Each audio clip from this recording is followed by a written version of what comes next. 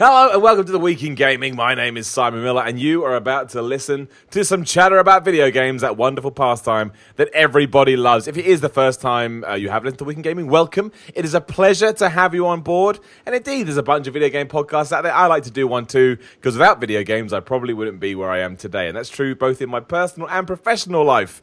You can support all this nonsense at patreon.com/Simon316. I'm on Twitter at Simon316. Instagram, Simon316. You see a theme here. However, YouTube is youtube.com/The Miller Report rules, where indeed this podcast will also go up. I always have a co-host, and this week, like all the weeks, don't know why I said it like that, could just call it the co-host, is my mate Sam. Sam, how you doing today? You right? Yeah, doing good. We were talking off camera about it being really hot, but it's really hot. It is really hot. I know it's a really boring conversation to have when it is hot, because everybody starts having that conversation. It's so British, right? It's so British, but there's two reasons I do want to mention it. It's because, one, that's usually followed up by people saying, oh, you can't say that because we all moan when it's cold. I don't moan when it's cold. I never moan when it's cold. I'm really happy. I like the cold. I'll go on record now, so I certainly do not like it when it's... Well, my skin's just not up for it. I'm too British, too white. That's the problem. I don't survive in the sun well.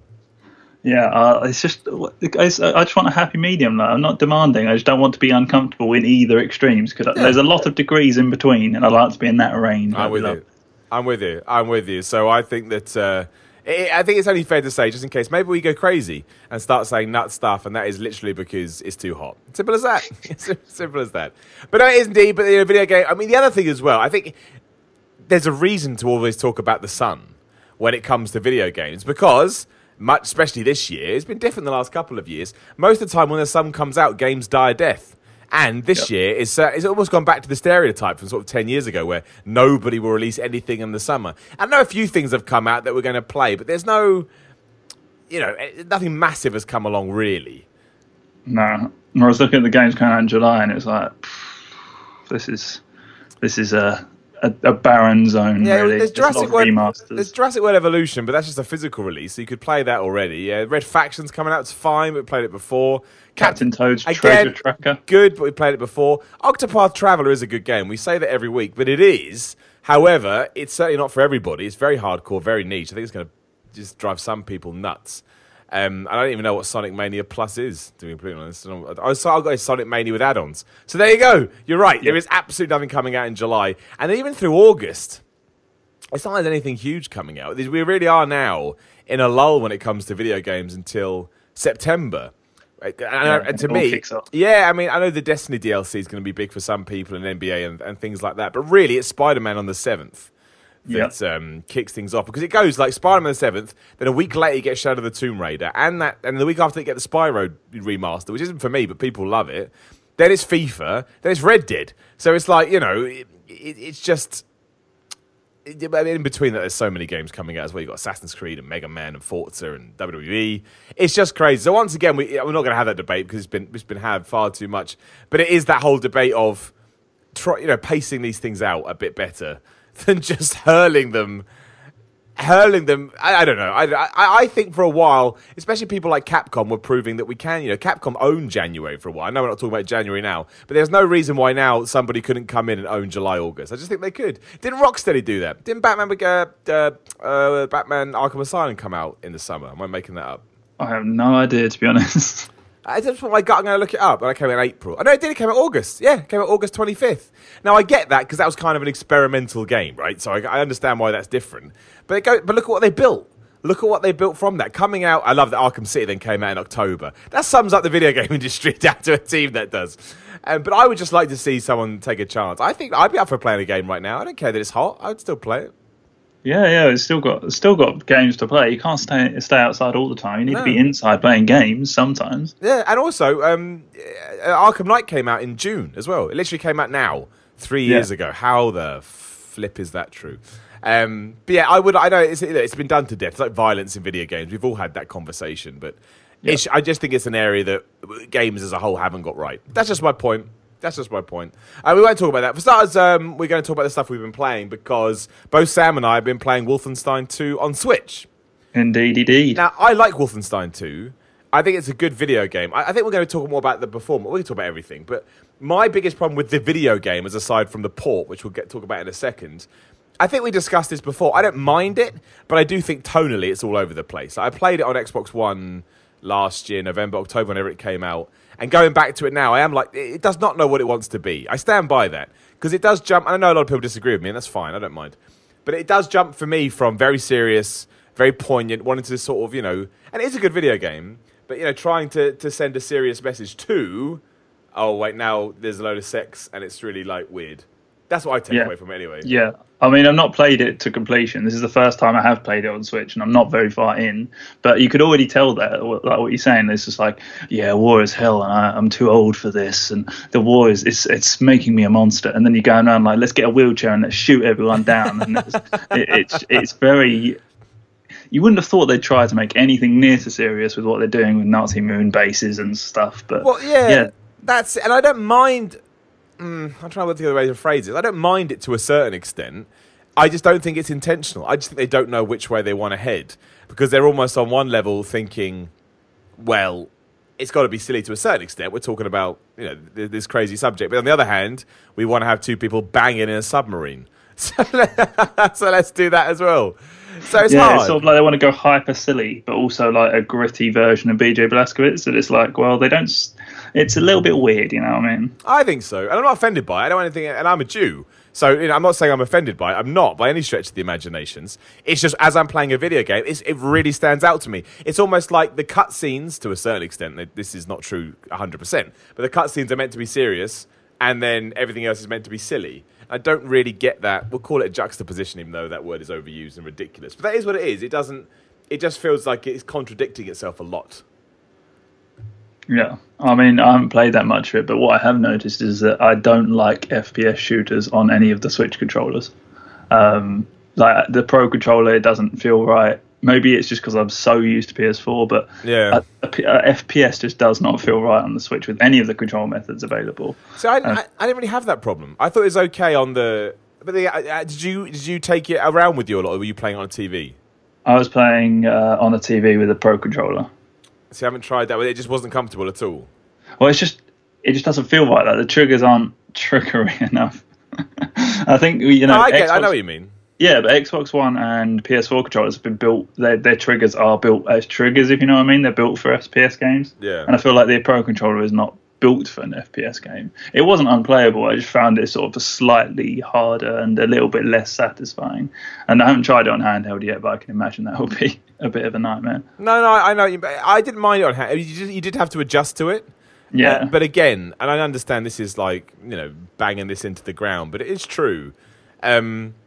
The fact that you can take it wherever you want to go is such a novelty, and also now that also the AAA games are finally making it, to this the party with. I don't know, that's not the right word, and it's something that we haven't had on Nintendo consoles a lot recently.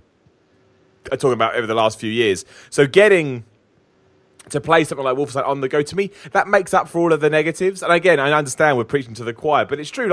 So I think we should talk about the technical issues in the sense that when you get to especially sort of busy areas, it doesn't look very good compared to what the Xbox One and PS4 done. Like, even if you look at the screenshots they've released, it does look watered down. But I don't mind that, because I was sat on a train playing Wolfenstein II on Switch, and you just think, this is why this console is so good. Because it doesn't feel like the PS4. It doesn't feel like the Xbox One. However, I'm somehow getting to play these games, and also for a shooting game, it looks fine. It doesn't look bad. It just doesn't look as good. Yeah, and it still handles fine and everything. And obviously, I'm complaining about the controller, but the game itself handles fine. The shooting is still very much Machine Games' signature shooting. Yeah, it doesn't. But go on. There you go. If you're playing on the train, it sounds weird, but Wolfenstein's quite an intense game. Well, that is true. So is it not weird, and do you not just find yourself sort of hammering at the buttons to draw attention to yourself? I mean, there is that. No, there is that. That is a fair point. Luckily, I lost my sense of shame years ago. Okay. I don't. But it is especially because it's really hard. Like, even when you take it, I find this, maybe I'm just crap at it, but even when you take it down to the easier difficulty setting, it's still really hard. Like, it's just a hard video. And again, that's the point. Like, it very much is a throwback to sort of FPSs of the Wolfenstein era. In the sense, you get loads of guns, you can tweak the guns, you can focus on one gun, or you can, dual wield whatever guns you want. Like, it gives you options, which I appreciate. I think that's really fun. But it's also so hard. And That's why you can always tell when you walk through a checkpoint in a Wolfenstein game that it's about to get hard, just by the layout of the land. Like the way the environment is, it's almost like put into squares. It's like an American map system. Everything's in squares and stuff, and you know that you're about to... But you're right, it does get like that, and the hard bits are hard. However, like you said, it never slows down. Well, I never had any problems with frame rate. Yeah, I admit the visuals take a hit, but it runs very well, and I just... Yeah, I mean, if you want the proper experience, for lack of a term, I think you should be playing on your Xbox One and PS4. But if you don't have that and you decided to go for the Switch... I think it's great that this option is now exists. It's just really novel, but it's like a nice novelty. Yeah, and it's like you say, it's perfect for like, because I travelled to see my girlfriend, and it's like, you know, hours of train journeys, and it's just like, that's the perfect thing. Whereas it's probably not your, you know, half an hour commuting to work, because I can imagine being in the middle of a firefight when your train gets into Charing Cross is probably going to be really stressful. But like, it's really good for just sitting down on a flight or something and having a really good intense story experience. And like you say, we haven't had many FPSs, and like Doom now is we've got actual FPSs rather than compromised FPSs. I mean, they're a little bit compromised in visuals, but not really. No, it's true. And also, I love the fact that it's Bethesda sort of leading this forward, because really now all we need someone to do this, and they're doing that. The only thing missing now is day and date releases, but I can imagine that we'll get that by the end of the year, maybe into next year. And I know that the Xbox One and the PS4 are winding down, but the Switch isn't. You know, the Switch is gearing up, and I don't think it even matters that developers are going to start, you know, focusing on more powerful consoles, because as soon as you move it down to that small screen, I imagine you can get away with it. So I don't think it's going to be a problem. And I think, I'm trying to think of a game that's coming out this year that could potentially do it. Has Call of Duty even been announced for the Switch? I don't know. Not something I've looked up. I mean, no, I don't think they talked about that. If they have, no, I don't. But I mean, if something like Black Ops 4 could come out on the Switch, like day and date, I think that would. I'm not saying it's going to, you know, eat up sales or anything like that. I know Activision, actually, look now, Activision said it won't be coming to Switch. But a game like that, as an example, when that starts happening, I tell you, for me personally, again, there are provisos you've got to make, but it just it feels special being able to take games like that as if they're handheld games. It's crazy. Yeah. So it's really good. I'm looking forward to getting into the rest of it, because I really enjoyed the first game, so I'm just looking forward to getting into it like at all, regardless of the fact that it's a Switch version. Yeah, no, I really like it. I think it's a really good game in terms of a port. I think it's done very well. Again, it gets away with a lot for what it is, but yeah, more or less, it's that classic thing, right? You sound like a cliche, but it's true. If you've got a Switch, well, good FPS, you're not going to get better than this for a long time. Well, yeah, for sure. I prefer Doom, but this is equally as good. I don't think you'll. That's swings and roundabouts, like, you know. I've still not played Doom. It's like £10 everywhere, and everyone keeps telling me to get it. It's just not got around to it. Everyone keeps saying it's amazing. Doom is genuinely the best FPS I've played in the last 5 years, maybe. I'd have to look into what else came out, but top of my head, yeah, I can't think of a. Doom is excellent. Doom is so good, like we said about when we were talking about the what do you call it? E3 a few weeks ago. Doom is so good that when they announced the sequel, I was just like, perfect. That's what I want. That's what I just want to see what else you can do with that. It's great. Yeah, it's great. It's absolutely brilliant. Also, in the last few days, the Crew 2 came out for Xbox One, PS4, PC, all that. Now, you played it at preview stage, didn't you, Sam? But I don't think you've gone back to it since. No. But yeah, no, it was good. Yeah, it seems like I've heard people talk about it, and they say that the planes and boats aren't that interesting. And that's not surprising, considering what I played of it, because I don't think it is. Well, no, it's not. That is the problem with it. I mean, I do like it. I think the Crew is... I think it's a step forward from where we were with the first Crew. I definitely think we've moved on from there. But, you know, in terms of if you want to get to the Crew 3... I really think they should. I understand what they're doing, right? The whole open world thing is amazing. There's no two ways about it. But I think what they need to do is they need to focus on the driving, because that's clearly their skill, and try and sort of incorporate the open world to benefit that as much as possible. Because while I didn't mind doing the boat stuff, or the plane stuff, both of those two, really... I wanted to do the racing stuff, and once you start opening touring cars, this is pretty much exactly what I said in my preview. But sometimes you just get a good feel for a game, and nothing changes. Yeah. But it's certainly better than, to me, the first Crew lacked direction, and you can't have that in an open world game. You get like Just Cause, and that's a massive issue. With the Crew 2, like I said, when it gets to the driving and the racing and all that stuff, I really do feel like Ubisoft are onto something, and definitely learned from the first game. But it's almost like they had. I shouldn't say this because it's good to have too much ambition, but it does feel like they had too much ambition in the sense that, did we need all that stuff, or could we have sort of plunged more resources into the driving and maybe made that even more special? Because it's not like it can't be done. Forza's been doing it for years, Gran Turismo have been doing it for years. I know the crew's a bit different for that. And it doesn't really take away from the game, with the planes and the boats, but sometimes you do have to do them. Honestly, 9 times out of 10, I'd rather just drive some more.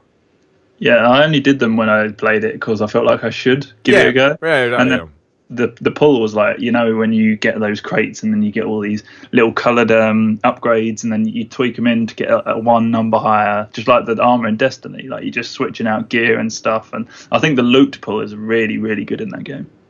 The what, sorry? Like the pull of the loot and the upgrades. Oh, yeah, no, totally, yeah. Like, it's got a really good sort of wash, rinse, repeat system that sort of locks you in. And also, like, look, do I like the personality of it? No. I'm not a big fan of this whole, hey, buddy, you're going to get some followers. But I saw a lot of people criticising it, and really, it is not as intrusive as I think some of the reviews are made out, because it's in your face every now and then, but it doesn't happen a lot. It really doesn't. It comes, it goes, you can skip it. It's not like, because to me, Watch Dogs 2 was way too like that.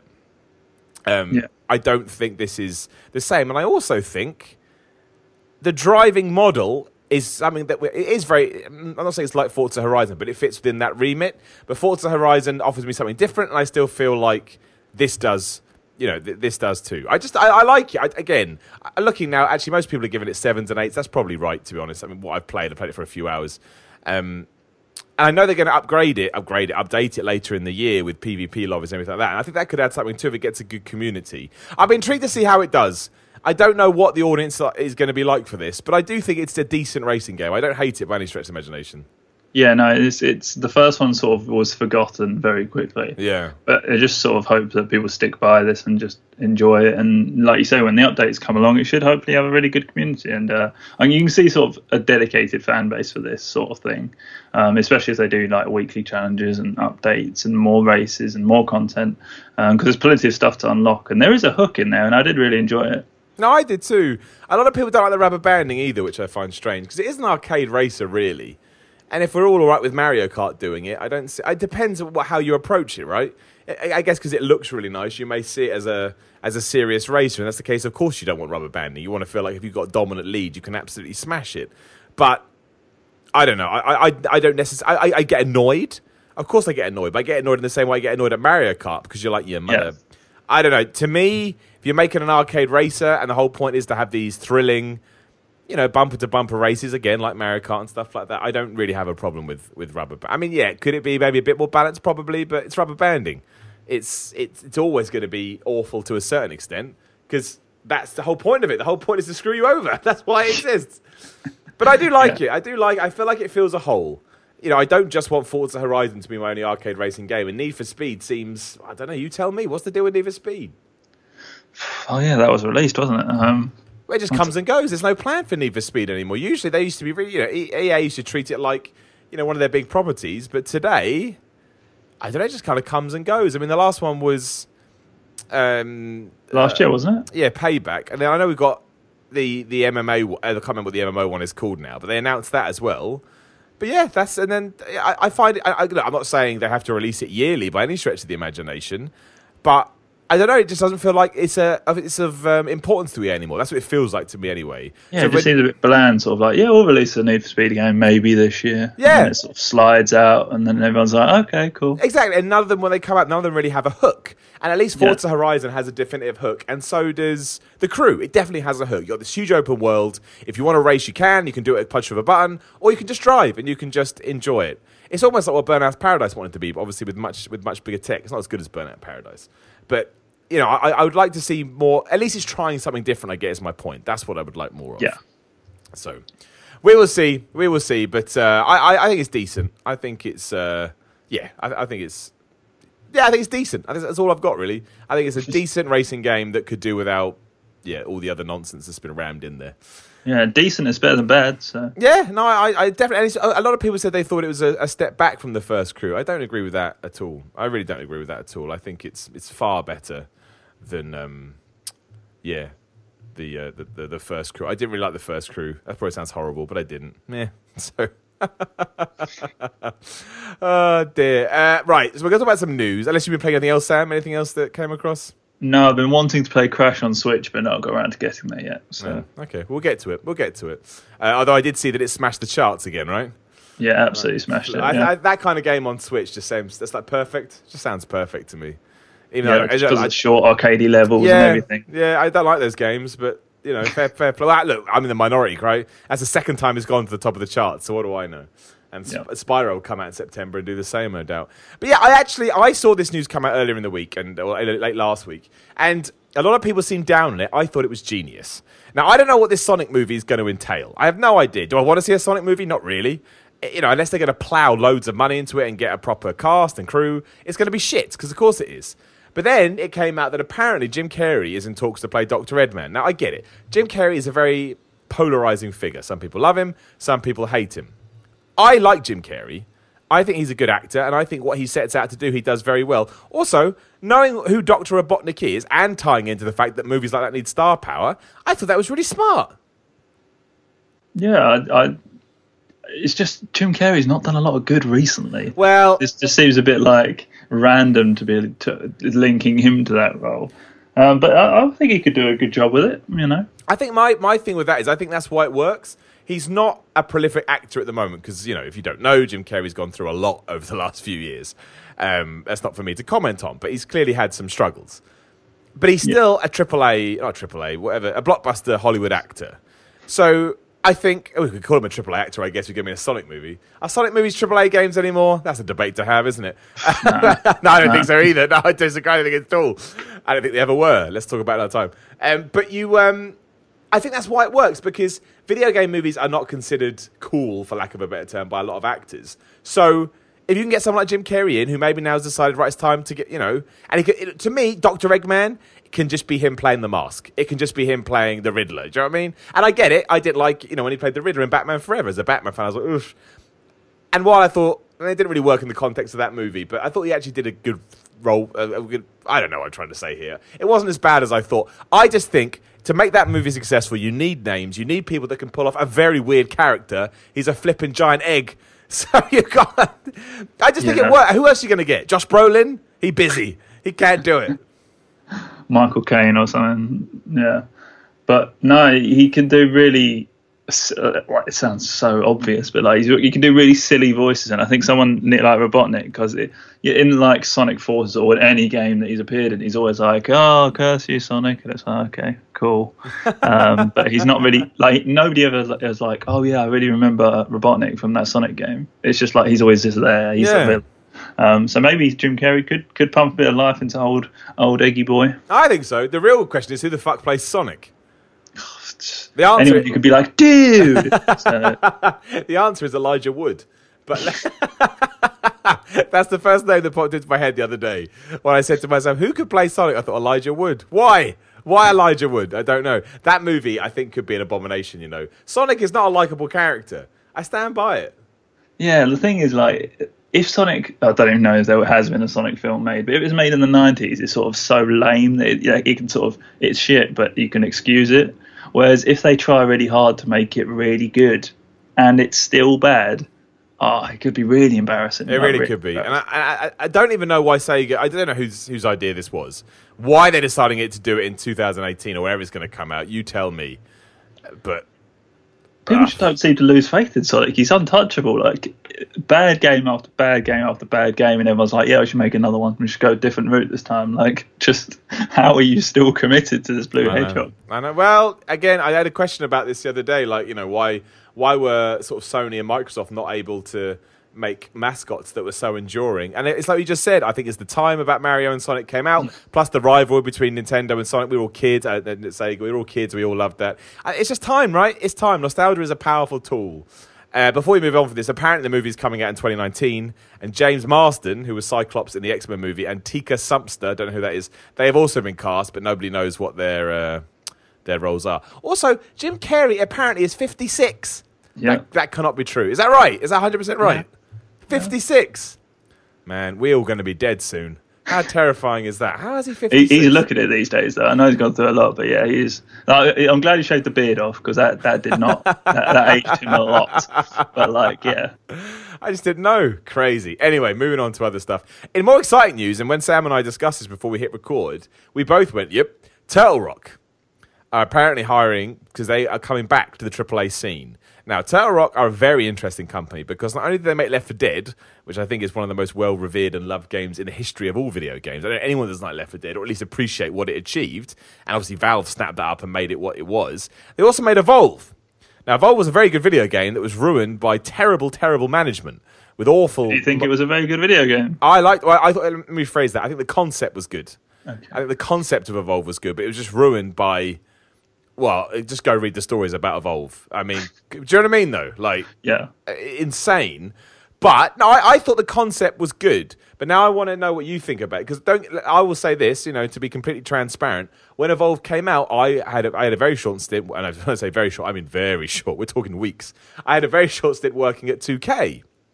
And I was there when Evolve was in its sort of preview stages, so I used to play it a lot. And the version I played was actually, again, I was playing an unfinished version, but I could see the potential in it. Now, given everything that happened at that job, which we're not going to talk about today, it's out there. Or you can go on my Patreon, it's all out there, patreon.com/Summer316, cheap plug. I didn't play it, but I saw the controversy with it. I was like, yeah, they fucked that up. But you obviously don't think... Oh, you tell me what you think about Evolve, actually. Let's go that direction. Well... The thing is, I never played it, and like you say, it's poor management. The image of the game made me not want to play it, which I assume is what happened with everyone else, because everyone else, I think I remember Steve Burns slagging it off at one point. Yeah, I remember that. But yeah, like just everyone was just like, "What? Oh, this game is just not." Either they're saying it's okay, or it's not good. And yeah, it's now defunct, right? So well, yeah, and it doesn't surprise me that you didn't want to play it, because I know some people are like, "Oh, well, he should want to play it." Bullshit. I don't agree with that at all. All the stuff around that video game was enough to tell everybody, do not play this game, because it was DLC problems and it had content problems, and it was just the model they set out asked way too much from people, and that's why they want to play it. So you can't then get mad at that. To me, that is as much as the video game experience as anything else. Because the whole point of entertainment is you should be drawn in by it, not pushed away. So the image is everything, right? Like No Man's Sky had a few vocal minorities like, okay, the game isn't that bad. But then you had this whole negativity around it. And then, of course, that's not going to draw people in. And people are like, well, you're so close-minded. Well, if everything's saying bad, why would you go towards it? And that's, I think, with Evolve as well. I agree. I totally agree. However, I do think they're very good. They're a very good developer at coming up with ideas or concepts. Yes. And that's why. And I forgot about them. I don't mean that in a bad sense, but I completely. Yeah, I just forgot. I forgot they existed, because why would it's not something I think about a day-to-day thing. However, I think their track record, aside from the stuff we just talked about, again as a video game developer, is very good. And that's why actually, genuinely, I think a company like that, I don't know who they're going to be associated with. Obviously, it's been Valve and 2K so far.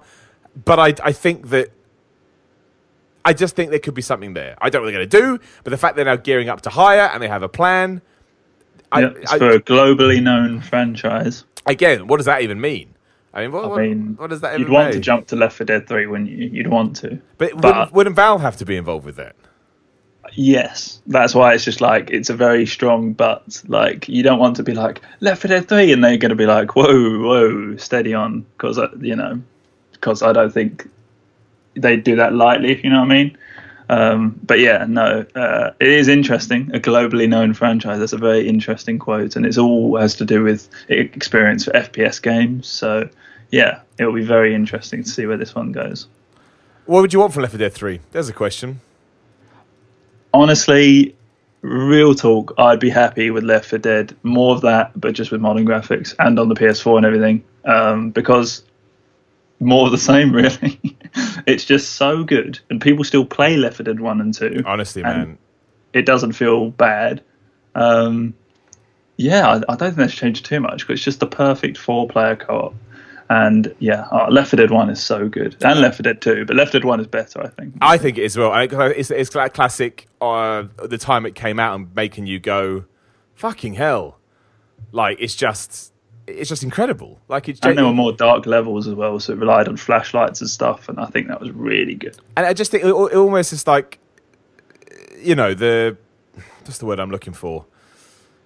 I can't think how I want to describe this. It was almost like no one expected it to be as good as it was. Whereas there was buzz for it, but you know, for Left 4 Dead 2, it had built up that, and they still did good stuff. But because Left 4 Dead 1 was so stripped back, and it did what it did so well, and you know, it encouraged you to play with others, and it surprised you constantly. Yeah, it was just awesome. It genuinely was just. I don't want to probably say this. I'm looking up when it came out. I don't want to say this and sound like an idiot. It came out in 2008. Oh my gosh, Sam, it's 10 years old. I am going to say it. Probably the best game of that decade, or up there. Is that a stupid thing to say? It's probably a stupid thing to say. I don't think that's a stupid thing to say. I think that it's.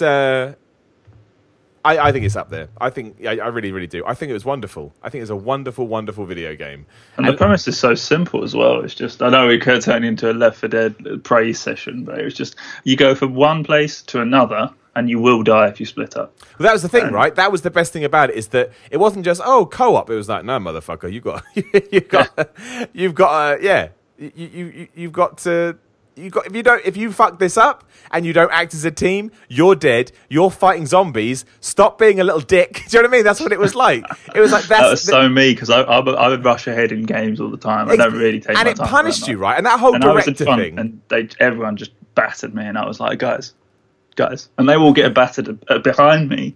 Oh, it's just It was awesome. So, and the amount of I don't know how it did it, but the amount of times I would say to myself.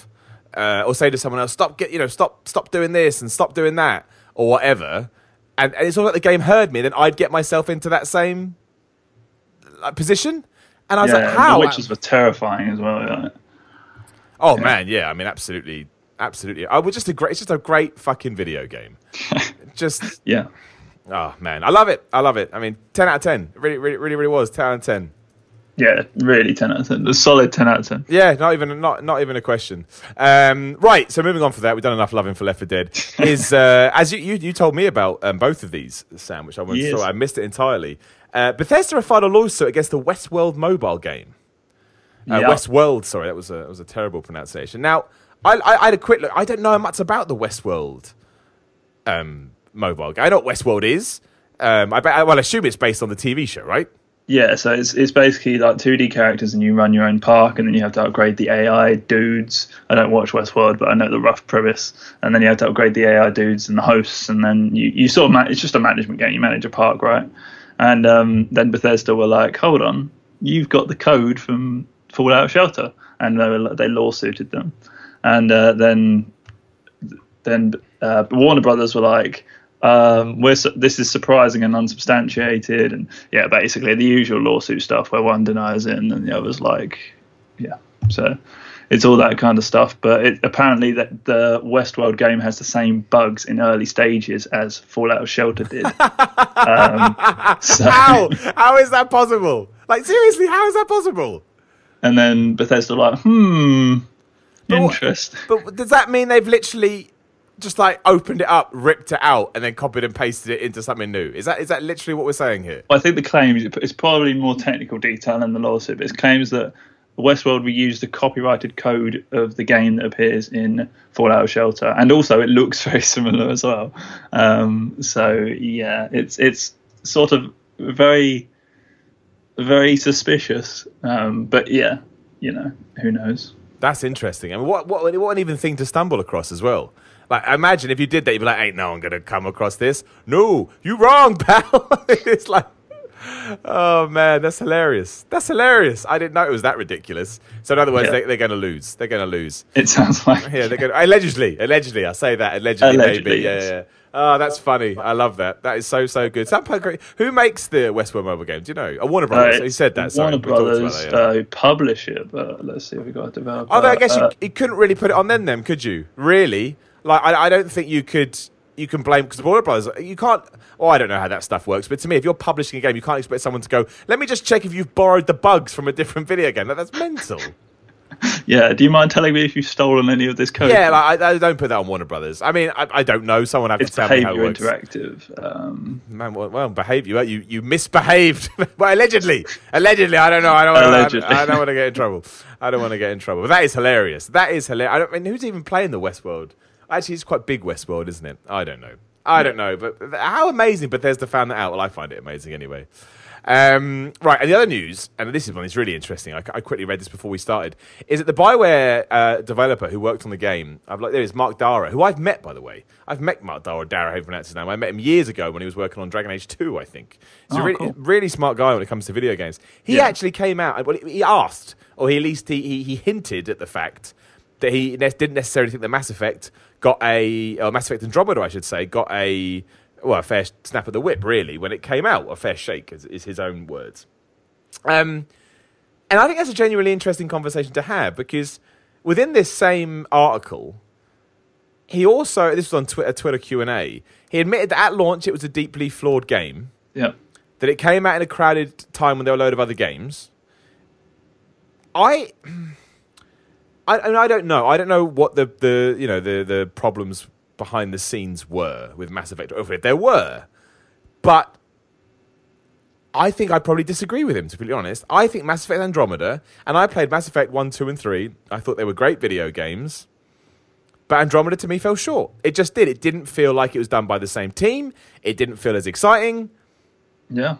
I don't know. I can't put my finger on it, but it was just... I don't know. To me, I get it. Like, if you make something, you're always going to feel closer to it. But I really just think they dropped the ball. Not they dropped the ball, but maybe we didn't need a Mass Effect 4. Yeah, I mean, he said that it's a deeply flawed game and everything, but I don't think not excuse, but I don't think the explanation of a crowded review space sort of holds up, because everyone is looking forward to Mass Effect Andromeda. They weren't the ones fighting. Neo, and Horizon, which he references, they were the ones actually fighting because they were new properties. I agree. Yeah, I agree. Yeah. Mass Effect had the strongest position, and the fact that they let it down is sort of on them. It's not their competitors. Like, they had to fight and then prove themselves, whereas Andromeda didn't. And yeah, I think, he's sort of very honest about it. It's like, it was flawed. So it's not trying to make excuses or anything, but it is an interesting discussion to have, and it's nice to hear from BioWare as well, because everyone's been talking about it, but not BioWare really. I appreciate him coming out and being so candid with it. Do you know what I mean? Like, I think that's really... I think more developers could probably do that. It's just annoying, the nature of the industry where it's all PR answers and all very scripted and rehearsed. It's nice to hear someone being like, listen, we messed up, and it was flawed. Yeah, exactly. That's my thing. I just think that it makes me warm more towards Mass Effect, right? Yeah. Like that, and it makes me warm more towards that game as a whole, which I didn't like. As a Mass Effect fan, I didn't like it. I think it lacked from Commander Shepard. I think I wouldn't have called it Mass Effect. I understand why you have to call it Mass Effect, but do you know what I mean? Like, that was my take on it. So I get it. When you're that close to something, it's hard to take a step back. But I don't think it was. I think it had a fair shake. You know, again, I agree with you. When you're coming out against that Zelda, okay, I get it. But Neo, and Horizon to me should have been more worried about Mass Effect the other way around, because I know Horizon was coming from a big developer, but still nobody knew what it was. Yeah, and even Zelda was on the same platform. You're not really competing with that. Well, no, because Zelda always sells to Zelda fans. I know this one did more than that, but really, from a marketing point of view, if you actually look through the sales of Zelda, it's not that big a game. It sells to pretty much the same. I think this one did really well, but no one knew that beforehand. And also, your Mass Effect. You're like one of the most beloved. I met someone the other day, had an N7 tattoo. Like, it's like it crossed over. This was like a Dark Souls kind of a thing. Do you know what I mean? When people really loved it, just went, oh, what a good video game. It was like, oh no, we really like this shit. Yeah, one of those cult games that people like, adore. Yeah, so I almost don't agree with him. That's not fair, but. Look, I think this is going to be the worst and most horrible thing I'll ever say, but I think it was, I don't want to say so bad, but so poorly executed that it probably killed the Mass Effect franchise. Yeah, I mean, it's definitely put on ice for now, isn't it? Yeah, and I think really that's quite Well, that is damning. There's no two ways about it. That is really damning. It's just a shame. It was from a sales perspective. And what really annoyed me about this, I'm not a Mass Effect fan, but seeing what Hello Games did with No Man's Sky, admittedly they're indie devs, so they're not sort of pulled the strings by publishers as much. They stuck by their game and they messed it up, and now it's in a good position. And coming out on Xbox One 2 months' time, whatever it is. And Andromeda were like, okay, after 6 months, we are no longer updating the game. We're washing our hands of it. Andromeda's dead. And it's like, you messed this up. Like, that really got on my nose, because I was like, I feel sorry for the Mass Effect fans who are waiting for you guys to update it and fix it and, stand by it. And it's just sort of wash your hands of it after you messed it up. Oh, just really got on my nose. No, I completely agree, man. Like, it's one thing to hold your hands up and say make a mistake, but not trying to rectify that mistake seems strange to me. It probably wasn't their call, to be fair. It was EA being like, we're moving on. Of course, yeah. But it's a lot like the Master Chief Collection, which is still broken. In case you're interested. Oh, no, I think they fixed it 2 weeks ago or something. But they didn't say anything, because everyone was like, it's been ages, dudes. Don't say that we fucked it up. So, yeah, I mean, I don't know. I think that it's... I think it's unfair. I'm sure that had something to do with it. I just think Mass Effect Andromeda was poorly judged. Yeah. That's what I'm going to say. And I'm sure some people disagree. I don't know one person that likes it. I know some people think it's okay, but I don't know one person that likes it. Maybe that's the problem. Maybe it would be better if it divided opinion a bit more. Most people just seem quite like, meh, it's okay. It says a lot when the only praise you can get is it isn't as bad as people say it is. Yeah. That's just... says a lot. That's the knife. That's the end, isn't it? It's the end. I do want to point out before we start wrapping up as well that I've still been playing Mario Tennis Aces. I should have said that. And Mario Tennis Aces is just Nintendo joy. I love Nintendo. They just get it right. Do you know what I mean? They just does it have motion controls, by the way? I was meant to ask you this. I think they have to if you're Nintendo. I've never turned it on, so I don't know. Although saying that, have you turned on the motion controls in Wolfenstein II? No. Don't turn them on. They're fucking abysmal. How do you motion control Wolfenstein? Well, you don't. You struggle with it and you get really mad. It's but not good. Does it control the aim? Yeah. Oh my god, that would be horrible. I think it was, honestly, man, all I know is that I was trying to do it and the screen was going everywhere. I presumed I was controlling the aim, but I don't really know. I turned it off within 2.5 minutes. It was just like, nope. So I'm going to assume, I'll Google it now, but I can't believe that Mario Tennis Aces doesn't. I think you have to have it. I think you have to put it in. I think it's a rule of a Switch game.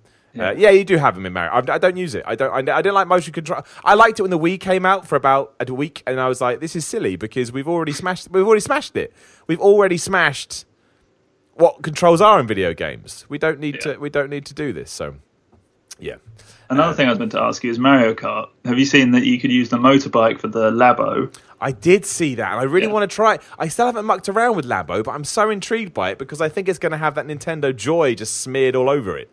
Yeah, I mean that looks really cool. How you could put it in the front of the bike and then actually turn it like a bike. I mean, it sounds like such a childish thing, like cardboard bike, but like they've obviously smashed it technically, and I can imagine it'd be like a really fun way to play it. It's like it's nice to see it in other games, not just Labo games as well. So hopefully we can see more of that too. I think so. I think that's where the genius comes, right? They released this thing that A was like, what the fuck is that? And now they're still finding, managing ways to iterate on it, and I think that's why it'll be so good. That's when it will, just start smashing it and being this amazing thing that everybody loves. Yeah. You haven't played Labo either, have you? We had this conversation before. No, it's just not for me. No, if someone's to be like, do you want this Labo kit for free? I'd be like, cool. But on my list of things to buy with my limited money, it's not up there really. I think Labo for me is it's like I love VR, right? I love it. Yeah. I think it's awesome. However, I don't feel like I need it in my life, but I have one because I like showing it off to people, and I think that's that's how I feel about Labo. I don't think I'm ever going to play it in my own time, really, but I certainly will. I want it. I want it in my life. I guess is what I'm trying to say. If that makes any sense whatsoever. I think it's just cool things to show people that don't necessarily get video games, I guess. To say, look, this is what we can actually do. Because the Labo, I imagine, I haven't talked to any kids that have played Labo, but I can imagine if I was a kid and I was playing Labo, I would lose my shit over it. So I've got I can imagine that too. Yeah, so I've got to imagine that's happening well, everywhere. And I think that's nice. I just think there's nothing wrong with that at all. But I would like to do it. Again, I think it's going to be one of those things that when I play it, I'm going to be like, well, it's just not as good as I may as well play Mario Kart without this. Do you know what I mean? There's no need for me to... It hasn't changed my experience to any great degree. Yeah. However, at the same time, I like that it exists. Again, it's just that Nintendo. I just think it's genius. And I actually, while we're here as well, I'm a bit annoyed that VR seems to have fallen off a cliff. I was all up for VR. I thought it finally could offer something different for video games. I was ready for it. Yeah. Do you have one? You haven't got one, have you? You haven't got PSVR. Oh yeah, I have got PSVR. Yeah. Oh yeah. How much do you play it? I guess not very much. My problem isn't with the tech itself. I like PSVR and I like the games that I play. There's so many wires and there's so much setup that I don't want it lying around when it's not in use, because it's that you can't store it. You need to actually sort of pack it away. Otherwise, it's like I'm one of these people with wires are like lying around in the way. It's just horrible. It's clutter, and there's just so much of it. You had to plug in a USB, and then you had to plug the camera via another USB, and then it's about 50 different cables. You're right. And I think VR is really going to take off when they get rid of the cables entirely and have like a wireless thing. But yeah, other than that short rant about cables, I think it's a really good platform, and it's really not as, because people say, oh, it's just full of tech demos, and I don't think that's true anymore. It was true at one point when it first came out, and did you ever play Arkham VR? I love Arkham VR. If you want to know how much I love it, good. I reviewed it for Eurogame and basically just like spanked all over it for about 1,000 words. Yeah, I mean it's really good, but it's too short. Like that is true. Yeah, you're right. It is. Well, it's a tech demo and it's a Batman simulator for people like me that are idiots. But it is, right? I mean, people who enjoy it. So I mean, it was really like power fan, and the ending is so good. But yeah, Moss is also a really good PSVR game. The ending is terrifying. Sorry, just before we move off it, the ending of fucking of Batman VR is absolutely terrifying. Like, it really did scare I won't spoil it in case you haven't played it, but my fucking word, that is, oh my gosh, that's some scary shit. So what was the other one that you mentioned? Moss. That's a really good game. I don't know that. What's that one? It's a platformer featuring a little mouse. So basically, it's good because it knows the limits of VR, and you are looking at sort of like a stage. So you don't have to do a lot of looking around. It's not. They know that you don't want to do a lot of neck twisting and stuff like that. But you are a overwatcher in this mouse's little journey, and then you can reach into the world and interact with it to help the platforming out. So it sort of recognises the uncomfortable limits of VR and cuts it back a bit. And there's been good shooters as well. And yeah, I think VR's really good. And it's just hard to justify the price tag for some people, because I got it for free. So it's like, yeah, it's all very well and good being like, woo, yeah, you should get it. And then when it's 300 quid, it's like, oh. That is the issue. You are right. But I just think it's one of those things. You're right. We're not there yet. No. But there's something there. It's not like motion control. I don't mean to go back to it, but I kind of knew. No, like, this isn't going to change. It's not going to change enough. It will change some stuff, but not enough. Whereas this one was like, no. We can, we can do something with this like that. Yeah. I don't know what it was. I think it's the first time I played it when it was way, nowhere near what it was like now. I just knew it was great. I still think it's great. Yeah, I heard a great quote once that it's like with VR you need to sort of walk in the desert, in the sense that you need years of not very good results, sort of okay results, just to persevere through that and to get to a point where it is good enough to justify those sorts of prices. And I think we're in that sort of period where there's some okay games, but nothing to justify a 300 quid headset, or upwards if you're talking HTC Vive and stuff like that. Yeah, I agree. I totally agree. But if you haven't got VR and you've got, I tell you how much PSVR is now. It's still a lot of money, but you can get it for about 150 quid. A lot of cash. Is it? Yeah. Oh, yeah, it's gone down loads. Yeah. That's why I bought one, because I was like, 150 quid I can do all right. But it is brilliant. I mean, it really, really is brilliant. I think so anyway. You may not like it, but I love it. So there's Just for Batman. If you're a Batman fan, I'm not going to kill you. You will lose your mind. It is amazing. It is a tech demo. Sam is 100% correct. A good old tech demo. But yeah, it's a good tech demo. If you want to feel like Batman, trust me. When you go down to that Batcave first time, you're going to lose your fucking shit. Right. On that note, we will bring this to a close. I don't think there's else to talk about. I'm just trying to think that there's not. But we'll be back next week. I'm sure there'll be loads to talk about then. Or maybe not. We may just sort of we may do nostalgia episodes for the next sort of 3-4 weeks. Yeah, I'd love that. We should do. We should try and find out what was happening in games 10 years ago at this stage or something. We'll talk about that instead. Banjo-Kazooie's 20th anniversary this past weekend. Cannot be, Sam. All right, okay, we'll talk about... You know what? We'll leave it there, and we'll talk about Banjo-Kazooie next week, because I've got a lot to say about Banjo-Kazooie. I'll tell you, how Banjo-Kazooie almost ruined my life can be the tease for next week. Oh, yeah, I can't wait for this. But Sam, thank you very much for joining me, as always. I appreciate it. And no worries, it's been a pleasure. Thank you, my friend. And everything, all of this stuff is supported by patreon.com/SimonMiller316. Simply because my Twitter was going mental as I was recording this podcast. Yes, if you'd like to come see me wrestle in London, you can. And you can go to my Twitter right now at SimonMiller316 for the first announcement of my first ever London wrestling show. On YouTube at youtube.com/The Miller Report Rules. Yeah, Instagram, Twitter at Simon316. Have a good time. Keep enjoying games. I know it's sunny outside, but if you want to play a video game, screw everybody else. Do it anyway. And Sam and I will talk to you again next week.